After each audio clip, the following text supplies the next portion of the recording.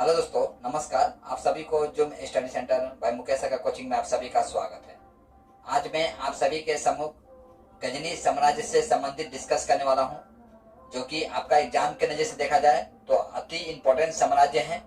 यानी गजनी साम्राज्य से संबंधित आपका आए दिन परीक्षा में प्रश्न पूछे जाते हैं, चाहे वो रेलवे हो, एसएससी हो, एनटीपीसी हो, कमांड हाई सेकेंडरी लेवल की एग्जाम हो या कमांड ग्रेजुएट लेवल की एग्जाम हो। तो समय ना गंवाते हुए हम टॉपिक्स की ओर बढ़ना चाहूंगा। इससे पहले आप सभी से आग्रह है, यदि आप नए हैं तो मेरे चैनल को सब्सक्राइब कर दीजिए और इस वीडियो में अंत तक बना रहिएगा। वीडियो स्किप करके मत देखिएगा। देखिए, आज मैं जो गजनी साम्राज्य से संबंधित मैं डिस्कस करने वाला हूं, तो जाहिर सी बात है एक ऐसे शासक के बारे में मैं डिस्कस करूंगा जो अत्यधिक क्रूर शासक था, लुटेरा था और उसने भारत में आकर हजारों की संख्या में हमारे साधु महात्मा का कत्लेआम किया था और हमारे देश से हीरे जवाहरात धन दौलत जो है लूटकर गजनी लेकर गया था। गजनी यानी अफगानिस्तान का एक ऐसा प्रांत है जो अनडेवलप प्लेस है, अनडेवलप प्रांत है, उन्नतशील प्रांत नहीं है। आज भी गजनी का जो किला देखा जाए तो कहीं ना कहीं वो खंडहर में तब्दील हो चुका है। यानी गजनी जो प्रांत है वो आज भी उन्नत नहीं हो पाया है। खैर, इस पर हम बाद में डिस्कस करेंगे। लुटेरे का जो मंशा जो था उचित नहीं था, तो जाहिर सी बात है उसका प्रांत जो है कहां से डेवलप हो सकता है। खैर, इस पर हम बाद में बात करेंगे। तो देखिए, आज हम लोग डिस्कस करने जा रहे हैं गजनी साम्राज्य। गजनी साम्राज्य, गजनी साम्राज्य का संस्थापक देखा गया तो कौन थे आपका? तो इसका संस्थापक थे आपका, अच्छा उल होगा, हाँ,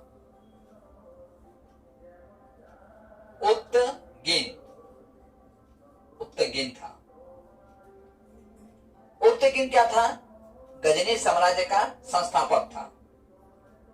इसका दास या गुलाम समझ लीजिए कौन था ये आपका?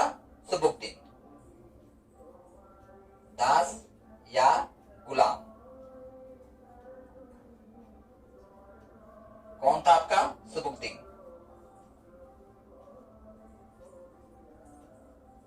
सुबुक्दीन आगे चलकर ये उल्तगिन का दामाद बनता है।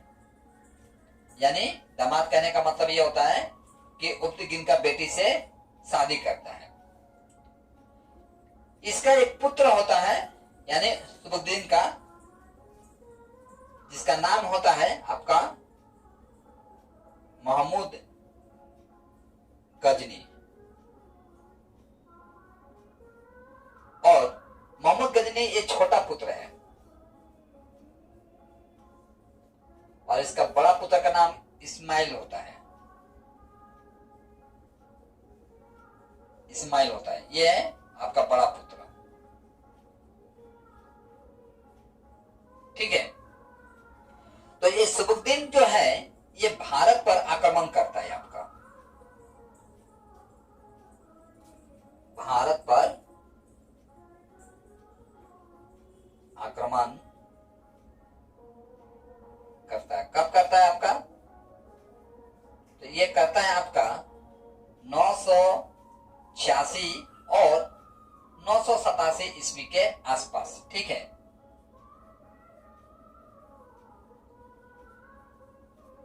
ठीक है। भारत में सुबुक्दीन जब आक्रमण करता है तो कहीं ना कहीं सुबुक्दीन जो है पूर्ण रूप से सफल नहीं हो पाता है। ठीक है, और सुबुक्दीन जो है इसका देहांत हो जाता है आपका। कब होता है इसका? सुबुक्दीन का देहांत होता है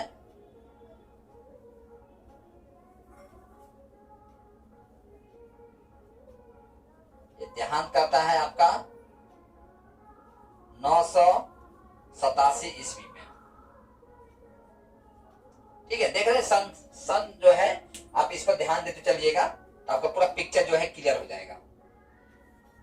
986 ईस्वी में भारत पर आक्रमण करता है और 997 ईस्वी में सुबुक्दीन का क्या हो जाता है, देहांत हो जाता है। ठीक है। इसका दो पुत्र था जो कि मोहम्मद गजनी और इस्माइल था। इस्माइल जो था ये बड़ा पुत्र था। ठीक है। इस्माइल बड़ा पुत्र था, लेकिन ऐसा माना जाता है कि इस्माइल जब शासन को संभालता है तो यह इस्माइल जो है उतना कुशल शासक नहीं था। यही कारण है कि आपका मोहम्मद गजनी जो है इसके साम्राज्य से इसको निष्कासित कर देता है, यानी इस्माइल को, और मोहम्मद गजनी जो है आपका सिंहासन पर आसीन हो जाता है। तो मोहम्मद गजनी देखा जाए सिंहासन पर कब आसीन होता है, इनका पिता का देहांत होने के पश्चात आपका 998 ईस्वी में राजा बनता है। ठीक है। कौन बनता है आपका, मोहम्मद गजनी।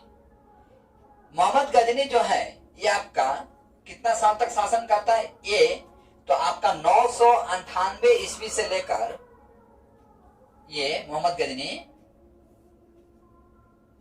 998 ईस्वी से 1030 ईस्वी तक शासन करता है। और इतना समय में भारत पर वो 17 बार आक्रमण करता है। जब ये राजा बनता है इसका उम्र था 27 साल, यानी 27 साल की उम्र में मोहम्मद गजनी जो है गजनी का क्या बनता है, राजा बनता है। गजनी है कहां आपका, तो यह है अफगानिस्तान में।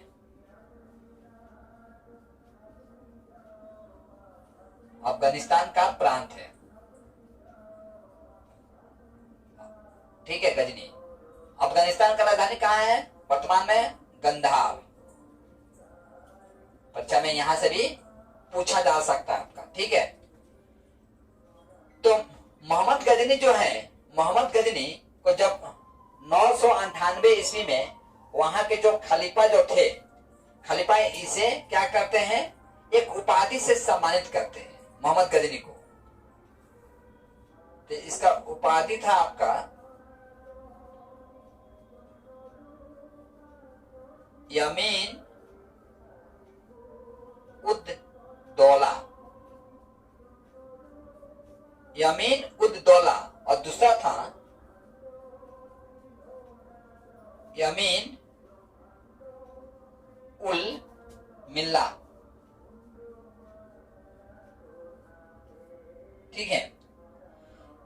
ऐसा माना जाता है कि मोहम्मद गजनी जो है भारत में प्रथम ऐसा शासक है जो कि सुल्तान का उपाधि धारण करता है। ठीक है। भारत में प्रथम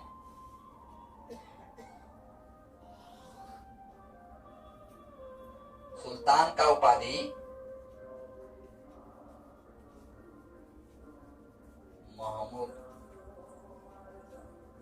गजनी धारण करता है।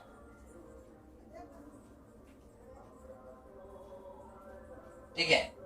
इसे इस उपाधि से किसने सम्मानित किया था, इसे इस उपाधि से जो सम्मानित करने वाले जो आपका खलीफा थे उसका नाम था आपका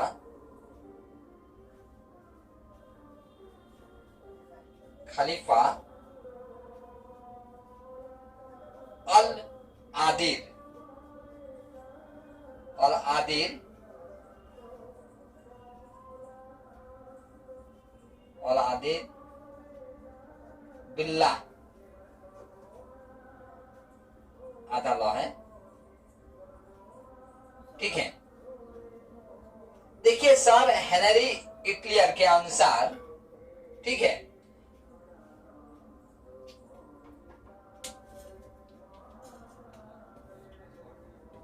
सर हेनरी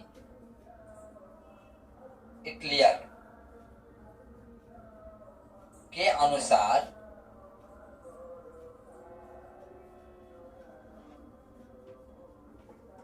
मोहम्मद गजनी आपका भारत पर 17 बार आक्रमण करता है। ये ठीक है, भारत पर 17 बार आक्रमण करता है। किस सन से किस सन तक? तो ये आपका आई थिंक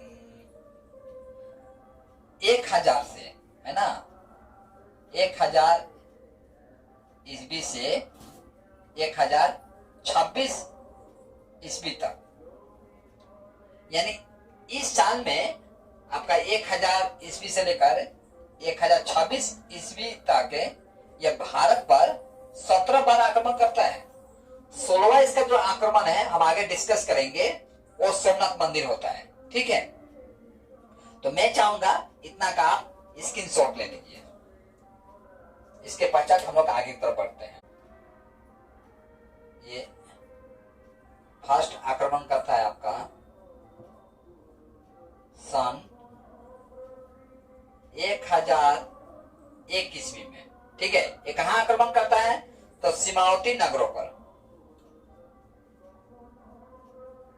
यानी भारत के सीमा से लगे जो प्रांत था उस पर आक्रमण करता है। ठीक है, उस आक्रमण के दौरान भारत का जो सीमावर्ती इलाका जो था उसका शासक हुआ करते थे आपका जयपाल। ठीक है, लेकिन इस युद्ध में क्या होता है, जयपाल हार जाते हैं और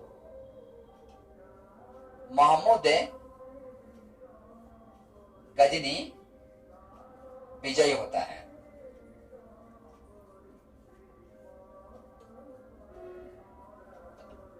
ठीक है, ये आपका 1001 ईस्वी का घटना है ये। और आपका 1002 ईस्वी में आपका बेहित पर आक्रमण करता है। ठीक है,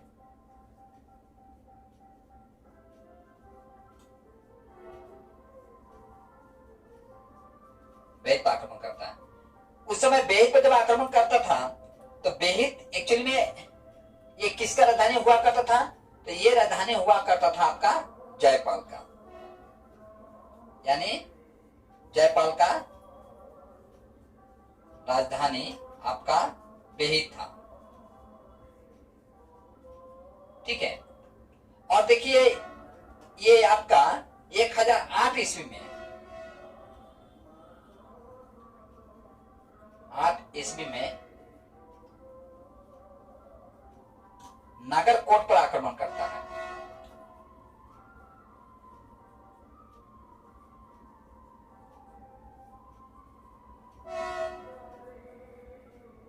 ठीक है, जब ये नागरकोट पर आक्रमण करता है तो उस समय मोहम्मद गजनी का जो सामना जो कौन करता है? आपका आनंदपाल।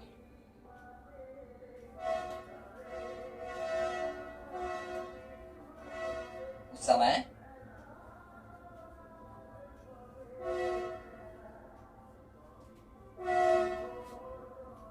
मोहम्मद गजनी का सामना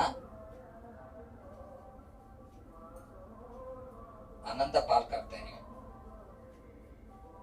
जो कि जयपाल का पुत्र थे।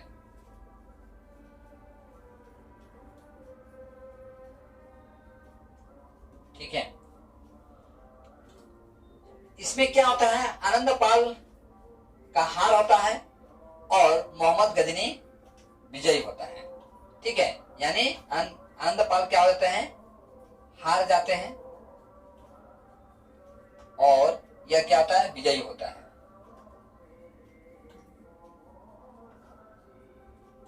ठीक है, अब यह देखा गया कि इस तरह से हम इसका कई आक्रमण हम लोग देख चुके हैं। अब हम लोग देखते हैं इसका 12 नंबर आक्रमण।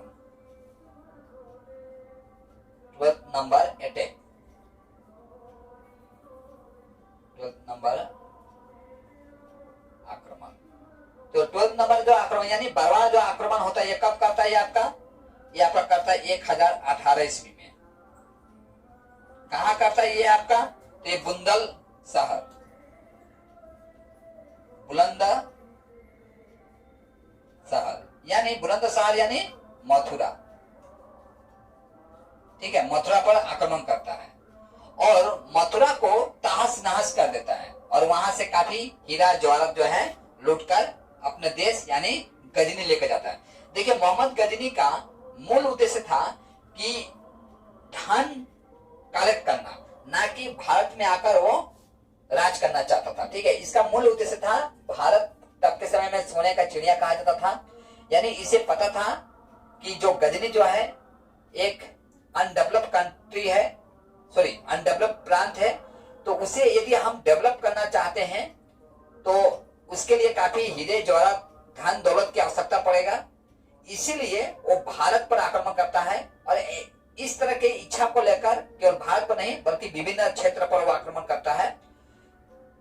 सबसे बड़ी बात यह है कि जो सोमनाथ मंदिर पर जब आक्रमण करता है तो सोमनाथ के मंदिर के आक्रमण करने के दौरान जो उसका गेट है, यानी जो क्या बोलते हैं आप लोग, दरवाजा को भी वो लेके जाता है, सोच लीजिए। और गजनी में जाकर एक मस्जिद बनाता है जो कि गजनी मस्जिद के नाम से ही जाना जाता है, और उस मस्जिद में ये सोमनाथ मंदिर का जो दरवाजा जो था, इस दरवाजा को वहां लगाता है। ठीक है, तो आप समझ सकते हैं ये क्या क्या करता है अपना गजनी प्रांत को डेवलप करने के लिए। ठीक है, इस तरह से इसका 13वां आक्रमण देखा गया। 13वां नंबर आक्रमण जो है ये आपका कब करता है? ये आपका तो ये करता है आपका 1019 और 1020 के आसपास। ठीक है, कहां करता है? ये कन्नौज करता है। कन्नौज जो है ये कौन सा प्रांत था? तो कन्नौज जो है ये आपका यूपी और बिहार वाला प्रांत था। ठीक है, तब का जो शासक थे वो कौन थे? आपका राज्यपाल। शासक थे इसका राज्यपाल। राज्यपाल क्या करते हैं? मोहम्मद गजनी का आगमन को खबर जैसे ही राज्यपाल को मिलता है, राज्यपाल भाग जाते हैं, यानी कायर शासक निकलते हैं। ठीक है, राज्यपाल। अब देखिए, राज्यपाल जब भाग जाते हैं तो इनके ही साम्राज्य में एक शासक हुआ करते थे जिनका नाम था आपका विद्याधर।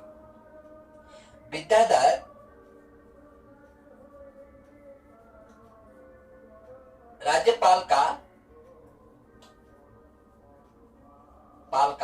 हत्या कर देते हैं और मोहम्मद गजनी का सामना करते हैं।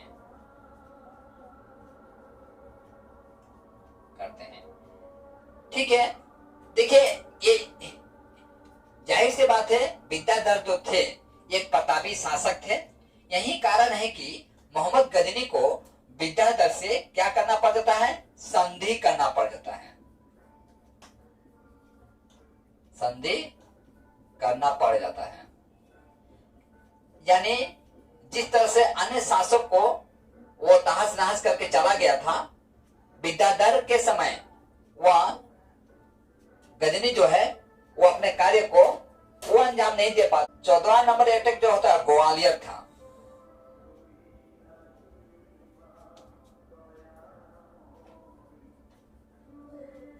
नंबर आक्रमण जो है ये आपका कहां है? तो ग्वालियर करता है। कौन सा साल में? तो ये आपका 1021 ईस्वी में। ठीक है, तो ये 14वां देख रहे हैं आप, ये 12वां देख रहे हैं, ये 13वां देख रहे हैं। उसी तरह से हम 15 भी चलते हैं, तो इसका 15 जो आक्रमण है नंबर आक्रमण जो है ये कहां करता है आपका? तो ये करता है गुजरात पर। गुजरात में, ठीक है। साल कौन सा होता है ये आपका?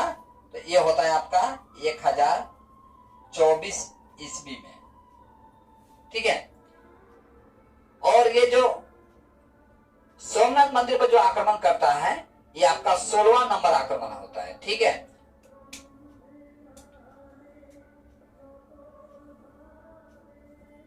सोलह नंबर आक्रमण गुजरात का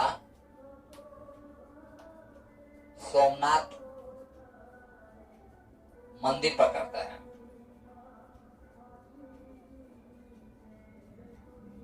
कौन सा साल था आपका?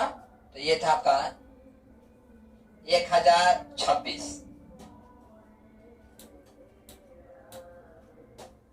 ईस्वी में, ठीक है। देखिए, जब ये सोमनाथ मंदिर पर जब आक्रमण करता है तो उस समय में जो सोमनाथ मंदिर का जो साधु महात्मा जो थे तकरीबन 50,000 के आसपास होंगे। वो सारे साधु महात्मा ऐसा नहीं कि इस मंदिर को बचाने का प्रयास नहीं करते हैं, इस मंदिर को बचाने का प्रयास करते हैं, पर आप जानते हैं साधु महात्मा के हाथ में वेद पुराण होते हैं, ना कि अस्त्र होता है। और ये जो क्रूर शासक लुटेरा हत्यारा जो था मोहम्मद गजनी, इसके पास हथियार था, तो वो सारे निहत्या साधु महात्माओं को कत्लेआम कर देता है और सोमनाथ मंदिर को पूरी तरह से तहस नहस करता है, यहाँ तक कि मंदिर को तोड़ देता है। और मंदिर के अंदर जो भगवान शिव जो थे उनकी प्रतिमा को लेकर कहाँ चला जाता है? गजनी जाता है। और यहाँ तक कि सोमनाथ मंदिर का तोड़कर जो उसके कंकड़ जो थे, ईंट पत्थर जो थे, उस पत्थर को ले जाकर गजनी में रास्ते पर बिछा देता है।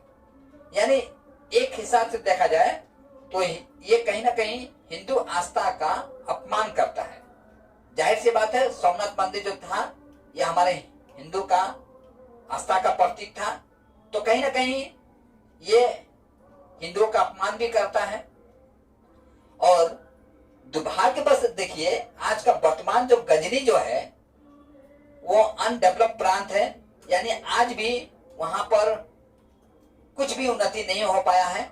और जो मोहम्मद गजनी का जो किला जो था वो खंडहर में तब्दील हो चुका है, ठीक है। यानी आप देख भी नहीं पाएंगे, आपको ऐसा लगेगा भी नहीं कि एक समय में कि इस खंडहर में कोई ऐसा ही क्रूर शासक हुआ करता था जो भारत पर अपने इच्छाओं को पूरा करने के लिए एक दो बार नहीं बल्कि 17 बार आक्रमण करता है, ठीक है। तो मैं चाहूंगा इसका आप एक स्क्रीनशॉट ले लीजिए, इसके बाद हम लोग आगे बढ़ते हैं।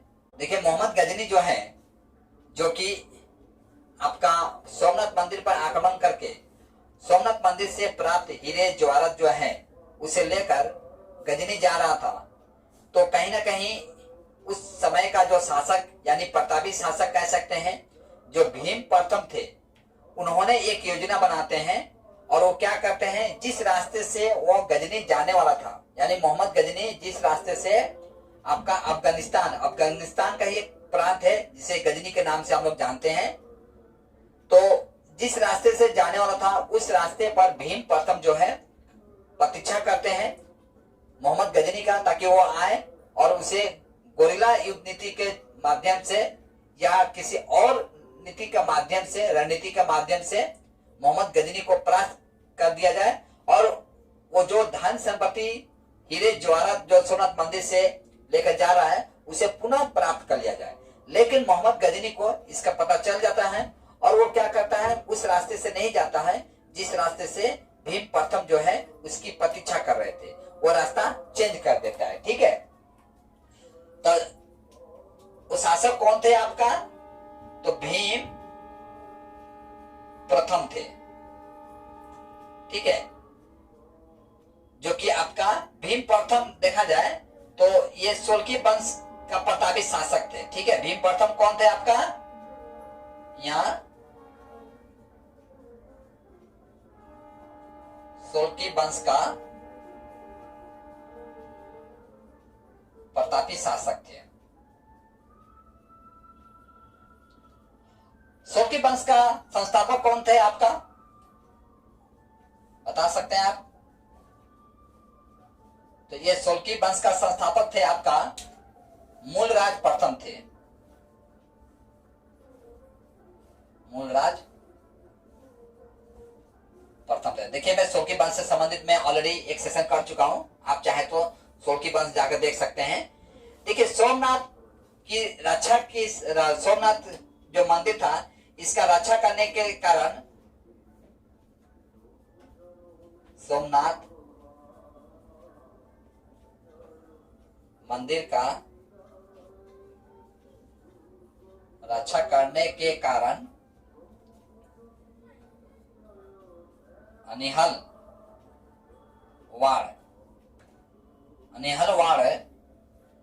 के शासन पर क्या करते हैं, के शासन पर महमूद गजनी आक्रमण करता है।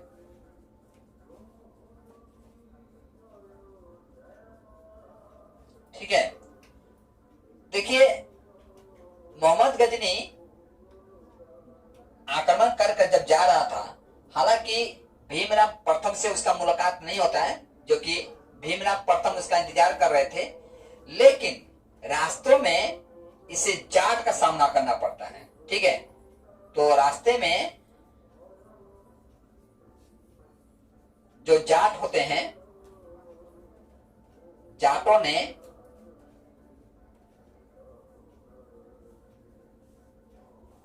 महमूद गजनी पर आक्रमण कर देते हैं। गजनी पर आक्रमण करके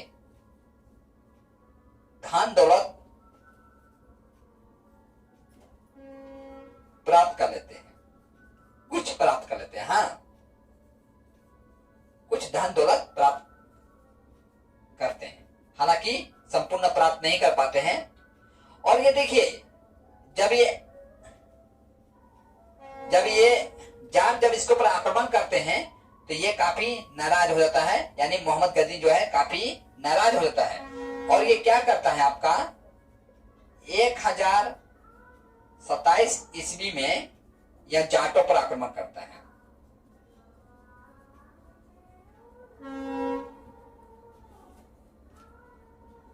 आक्रमण करता है, ठीक है। और 1030 ईस्वी में महमूद गजनी का देहांत होता है, हो जाता है। ठीक है, तो इस तरह से मैं गजनी साम्राज्य से संबंधित उन सारे तत्वों को आपके सम्मुख रखने का प्रयास किया, जो कि कहीं ना कहीं एग्जाम के नजर से अति इंपॉर्टेंट है। और मैं आज की क्लास जो है समाप्त करने का आप सभी से अनुमति चाहूंगा। और जाने से पहले मैं आप सभी से कहना चाहूंगा कि आप इसका एक स्क्रीनशॉट ले लीजिए, और अब तक आप मेरा चैनल को सब्सक्राइब नहीं किए होंगे तो अब तक कर दीजिए, क्योंकि आपके लिए ये कुछ सेकंडों का काम होता है, लेकिन हमारे लिए ये अति मायने रखता है। क्योंकि जाहिर सी बात है, आपका लाइक, कमेंट और शेयर से हमारे अंदर में एक पॉजिटिव एनर्जी क्रिएट करता है, और इस तरह का इतिहास से संबंधित या अन्य टॉपिक से संबंधित विभिन्न टाइप्स का वीडियो बनाने में हम सक्षम हो पाते हैं, हमारे अंदर एक पॉजिटिव एनर्जी क्रिएट होती है। तो आज की क्लास जो है मैं यहीं समाप्त करता हूं। जय हिंद।